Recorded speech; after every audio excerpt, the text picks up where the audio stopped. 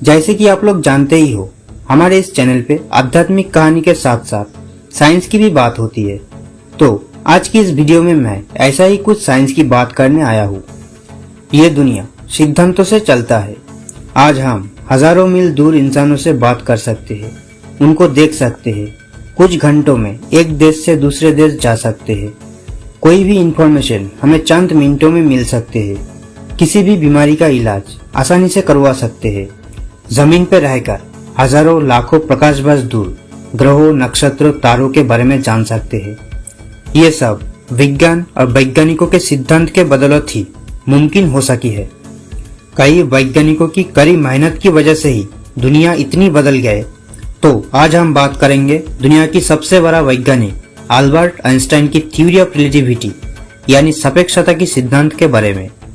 Theory of relativity, जिसे हिंदी में सापेक्षता की सिद्धांत कहा जाता है, इसे दो हिस्सों में डिवाइड किया गया है।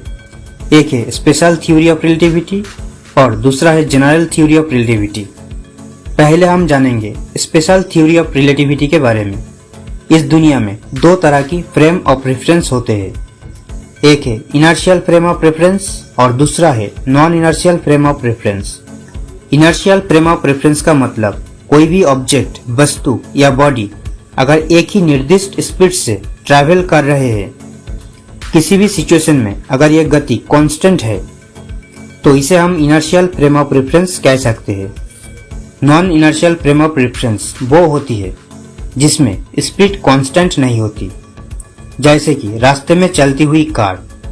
कोई भी कार चलते वक्त रास्ते में बाधाएं आने पर उसकी स्पीड कम करनी पड़ती है।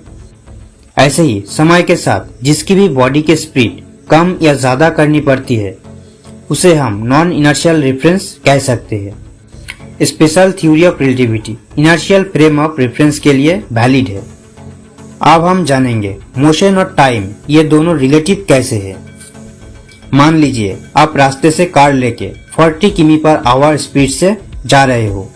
आपके साथ आपके दोस्त भी कार में बैठा हुआ है, तो आप दोनों के हिसाब से एक दूसरे की गति 0 है। पर मान लीजिए कि रास्ते की साइड में एक आदमी खड़ा हुआ है। उस आदमी के हिसाब से आप दोनों की गति 40 किमी/आवर ही होगी। आप मान लीजिए कि आपके सामने से आपकी तरफ एक कार आ रही है और उसकी गति 40 किमी/आवर है, लेकिन आपको ऐसा लगेगा कि सामने से आने वाले कार 80 किमी/आवर स्पीड से आ रही है, जबकि दोनों कार की गति 40 किमी/आवर ही है। इससे हम जान सकते हैं मोशन यानी गति रिलेटिव है। किरदार बदलते ही मोशन में फर्क आ जाते हैं। आप जानते हैं समय कैसे रिलेटिव है उसके बारे में। 1800 शताब्दी के अंत में माइकलसन मोरले एक्सपेरिमेंट ने यह साबित कर दिया था कि प्रकाश की गति तय है। ये किसी भी हालत में, किसी भी सूरत में कभी बदलती नहीं है। पर यह भी तय है कि ब्रह्मांड में प्रकाश ही सबसे तेज ट्रैवल करता है। कोई भी वस्तु प्रकाश से तेज ट्रैवल नहीं कर सकती। अगर यह बात सच है तो मान लेते हैं कि ब्रह्मांड में एक यान प्रकाश की गति से तेज चल रहा है, तो उस समय उस यान के आगे एक लाइट लगी हुई है। तो इस समय में उस यान की गति और लाइट की गति को मिलाकर हिसाब लगा ले तो यह गति प्रकाश की गति से दुगना हो जाएगी।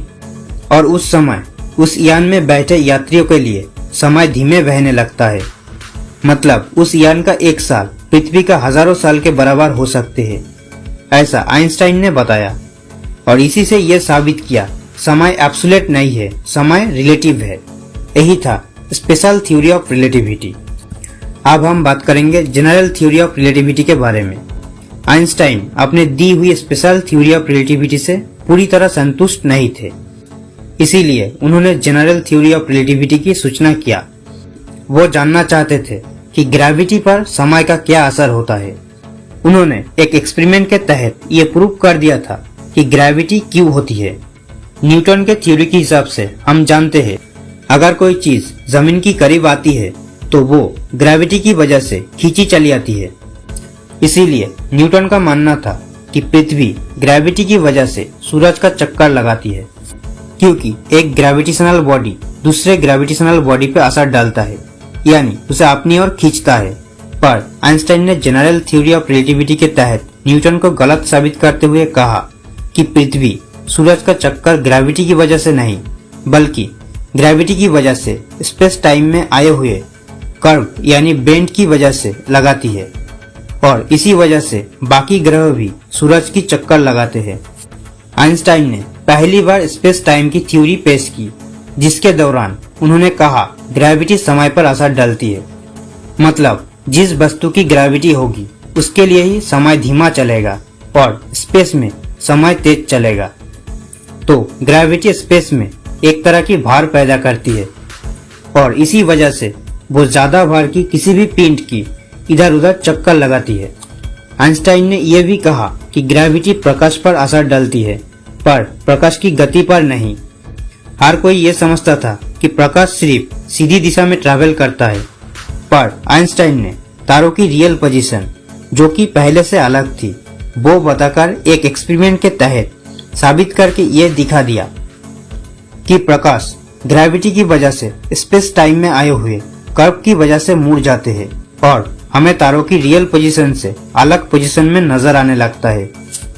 और इसी थ्योरी ऑफ रिलेटिविटी के तहत आइंस्टाइन ने E=mc² पावरफुल इक्वेशन दिया, जिसमें E का मतलब है एनर्जी, M का मतलब है मास और C का मतलब है वेलोसिटी। तो ये थी थ्योरी ऑफ रिलेटिविटी। उम्मीद करते हैं ये वीडियो आप लोगों को जरूर पसंद आई होगी। इसी तरह और भी साइंस और आध्यात्मिक कहानी सुनने के लिए हमारे इस चैनल को सब्सक्राइब करके हमारे साथ जुड़ा रहिए। और इस वीडियो में कुछ भी अच्छी लगी है तो इस वीडियो को लाइक जरूर करें और अगले वीडियो में कौन सी टॉपिक सुनना पसंद करेंगे कमेंट बॉक्स में जरूर लिखना। तो आज के लिए बस इतना ही, फिर मिलते अगले वीडियो पे। तब तक के लिए शुक्रिया। जय हिंद।